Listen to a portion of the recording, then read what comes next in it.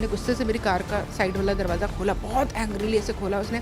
क्या नाटक कर रही हो, अभी बताता हूँ क्या कर सकता हूँ। एक बात मैं बहुत बोलती, छोड़ते वो किसी को भी नहीं है, ट्राई वो सब पे मारते हैं। कभी कभी मैंने जब सवाल पूछे तो कभी ठीक से जवाब नहीं मिला, कभी मस्ती मजाक में मेरी बात उड़ा दी गई। ने ये किया है वो तीनों ने, उन्होंने को हाथ जोड़ के मुझे बोलना पड़ेगा कि जेनी सॉरी।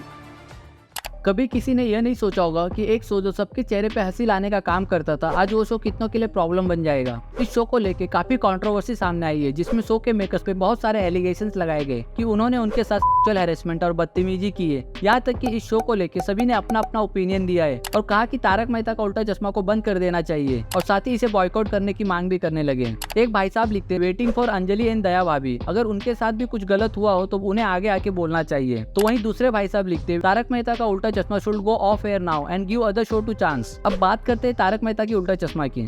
तारक मेहता का उल्टा चश्मा इस शो को किसी इंट्रोडक्शन की आवश्यकता नहीं है, क्योंकि यह एक बहुत ही लोकप्रिय और पारिवारिक शो है। इस शो को असित कुमार मोदी ने 2008 में लाया था, वो भी उस समय जब सबके घरों में कसौटी जिंदगी की और सास भी कभी बहू थी जैसे सीरियल्स को देखना काफी पसंद किया करते थे। ऐसे सिचुएशन में एक कॉमेडी ड्रामा जैसी शो को लाना और लोगों के दिलों में अपना एक अलग फैन बेस बनाना आसान नहीं था असित मोदी के लिए, लेकिन धीरे धीरे इस शो ने अपनी जगह बनाई और लोगों के दिलों पे राज किया और इसे हर जनरेशन के लोग काफी पसंद करने लगे। बच्चे, बूढ़े और जवान सभी का भी एक पसंदीदा शो बन चुका था। यहाँ तक कि लोगों का यह भी मानना था कि अगर आप किसी चीज को लेकर काफी परेशान हो तो तारक मेहता का उल्टा चश्मा देख लो, सारा का सारा टेंशन मानो गायब सा हो जाता है कुछ पल के लिए। लेकिन जितना इस शो को लोग पहले पसंद किया करते थे, उतना ही इस शो को लोग अब नापसंद भी करने लगे और वजह है तारक मेहता के कुछ कास्ट जो अब सामने आके असित मोदी के खिलाफ बोल रहे हैं और उन पर सेक्सुअल हैरेसमेंट और मेंटल हैरेसमेंट का आरोप लगाया है। लेकिन इतना सब कुछ हो जाने के बावजूद अब तक इस पर असित मोदी का कोई रिएक्शन सामने नहीं आया और यही वजह है कि अब इस शो को लोग देखना नहीं चाहते। और साथ ही इस शो में अब वो पहले वाली बात भी नहीं रही जिनकी वजह से तारक मेहता का उल्टा चश्मा काफी पॉपुलर था, जैसे दया बहन, छोड़ी बाई, मेहता साहब, डॉक्टर हाथी और अंजलि भाभी जैसे कलाकार जो अब इस शो का हिस्सा नहीं है और इनकी जगह कुछ नए चेहरों को लाया गया जिन्हें लोग एक्सेप्ट नहीं कर पा रहे हैं। इसका नतीजा यह निकला कि इसकी टीआरपी दिन ब दिन नीचे गिरती जा रही है। लेकिन आज मैं आपको अपने इस वीडियो में कुछ ऐसे रीजन बताऊंगा जिसकी वजह से तारक मेहता का उल्टा चश्मा आप भी देखने से पहले 10 बार सोचेंगे कि आपको ये शो देखना चाहिए या नहीं।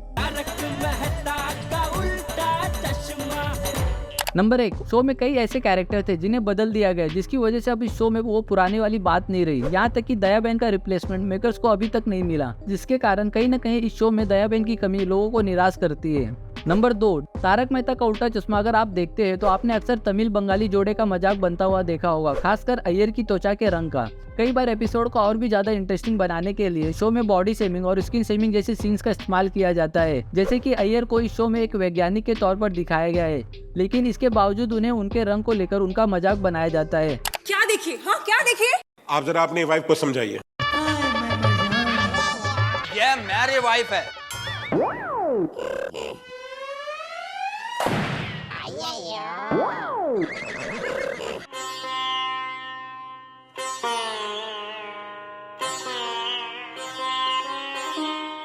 ब्लैक एंड व्हाइट जोड़ी को दिखाने का एकमात्र उद्देश्य लोगों की त्वचा के रंग से कॉमेडी बनाना है। नंबर 3, अय्यर और बबीता की तरह हाथी परिवार का भी मजाक उड़ाया जाता है और बॉडी शेम किया जाता है, जो केवल यह दिखाता है कि यह शो परिवार को कितना बदनाम कर रहा है उनके बॉडी पर्सनैलिटी को लेके। नंबर 4, संस्कारी गड़ा परिवार। तारक मेहता का उल्टा चश्मा में दया बहन को एक संस्कारी हाउसवाइफ के रूप में दिखाया गया है जो हमेशा परिवार की सेवा करती है। इसके बावजूद उसे उसके पति द्वारा अक्सर डांटा जाता है। जेठालाल अक्सर बकवास और सातवीं फेल जैसे शब्दों का उपयोग करते हैं, जो कि काफी अपमानजनक बातें हैं। तुझे अक्ल है? तू क्या बोल रही है? चुप! चुप हो जा, सातवीं फेल, चुप! नंबर 5, जेठालाल का बबीता पर क्रश।